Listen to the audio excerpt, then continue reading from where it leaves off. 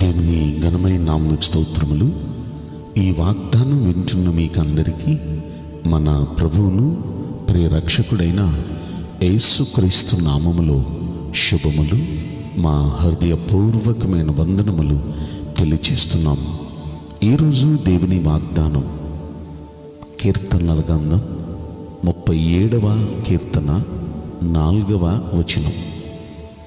యెహోవాను బట్టి సంతోషించుము, ఆయన నీ హృదయ వాంఛలను తీర్చును.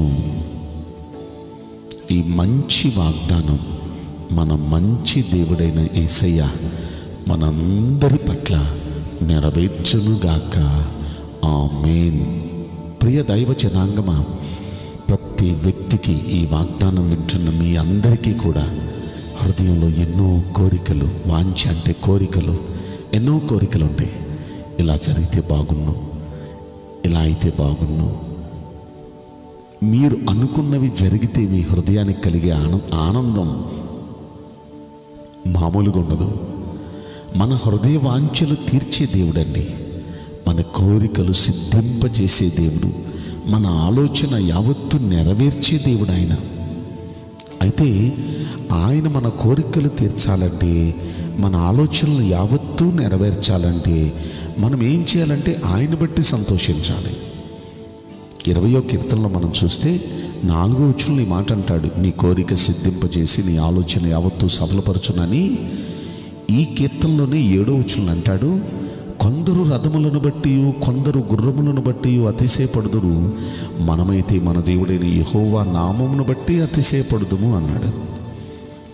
అంటే కొందరున్నారు లోకములో ఉన్న గుర్రాలను బట్టి, రథాలను బట్టి, వారికున్న ఆస్తులను బట్టి, వారికున్న ఉద్యోగాలను బట్టి, వారికున్న వ్యాపారాలను బట్టి, వారికున్న అందచందాలను బట్టి, వారికున్న దేని బట్టి అతిశయపడతారు.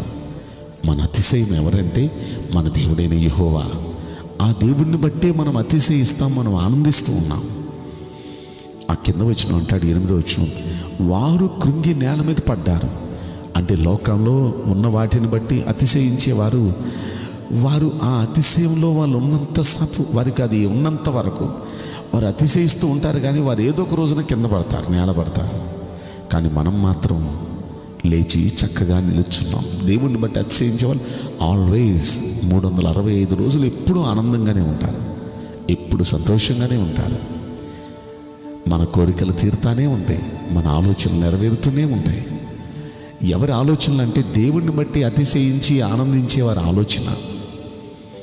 ఏమంటే దేవుని బట్టి అతిశయించి ఆనందిస్తే ఎందుకంటే దేవుడు మన హృదయ వాంఛలు తీరుస్తాడంటే మనం ఆయన సంతోషపెడుతున్నాం. అల్టిమేట్గా దేవుని బట్టి ఎవరైతే సంతోషిస్తూ ఉంటారో, దేవుని బట్టి ఎవరు అతిశయిస్తూ ఉంటారో అలాంటి వారు దేవుణ్ణి సంతోషపెడుతున్నారు, దేవుడు వారిని సంతోషపెడుతూ ఉంటాడు, వాళ్ళ హృదయ వాంఛలు తీరుస్తూ ఉంటాడు.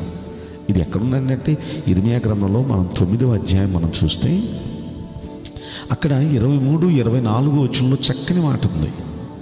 యెహోవా ఇలాగ సెలవిస్తున్నాడు, జ్ఞాని ఉన్నాడా తనకున్న జ్ఞానాన్ని బట్టి, సూర్యుడు తనకున్న శౌర్యాన్ని బట్టి, ఐశ్వర్యవంతుడు తనకున్న ఐశ్వర్యాన్ని బట్టి అతిశయించకూడదు. అతిశయించేవాడు దేన్ని బట్టి అతిశయించాలో చెప్పనా? భూమి మీద కృప చూపుతూ నీతి న్యాయములు జరిగించుచున్న యెహోవాను నేనే అని గ్రహించి నన్ను పరిశీలనగా తెలుసుకున్నట్టు బట్టి అతిశయించాలి. అలా అతిశయించే వారిని బట్టి నేను ఆనందించువాడినై ఉన్నాను అని ఆయన సెలవిస్తున్నాడు, అని యెహోవా సెలవిస్తున్నాడు. ఎవరిని బట్టి ఆనందిస్తాడంట? జ్ఞానాన్ని బట్టు, ఐశ్వర్యాన్ని బట్టు, లేకపోతే బలాన్ని శౌర్యాన్ని బట్టు అతిశయించే వారిని చూచి ఆయన ఆనందించడు. ఈ లోకాన్ని, లోకంలో ఉన్న వాటిని చూచి అతిశయించే వారిని బట్టి దేవుడికి ఆనందం కలగదు. ఎవరిని బట్టి ఆనందం కలుగుతుందంటే ఈ గొప్ప దేవుణ్ణి బట్టి, ఈ గొప్ప దేవుణ్ణి తెలుసుకోవటాన్ని బట్టి ఎవరు అతిశయిస్తూ ఆనందిస్తూ ఎవరుంటారో అలాంటి వారిని బట్టి దేవుడు ఆనందిస్తాడంట. అంటే దేవుని హృదయాన్ని మనం సంతోషపెడుతున్నాం. ఆటోమేటిక్గా ఆయనను సంతోషపెడితే ఆటోమేటిక్గా మనల్ని దేవుడు సంతోషపెడతాడు, మన హృదయ వాంఛలు తీరుస్తాడు, మన కోరికలు తీరుస్తాడు. చూడండి, మన పిల్లలు చూడండి, మనల్ని మన పిల్లలు సంతోషపెడతా ఉన్నారనుకోండి, వాళ్ళను మనం సంతోషపెట్టాలి అనుకుంటాం. వాళ్ళ హృదయంలో ఉన్న వాంఛలు, వారి కోరికలు, వాళ్ళు డాడీ నాకు ఇది కావాలి, మమ్మీ నాకు ఇది కావాలి అంటే వాళ్ళు కోరుకున్నది వాళ్ళకి చేసే ఆ ఆలోచనతో మనం ఉంటాం.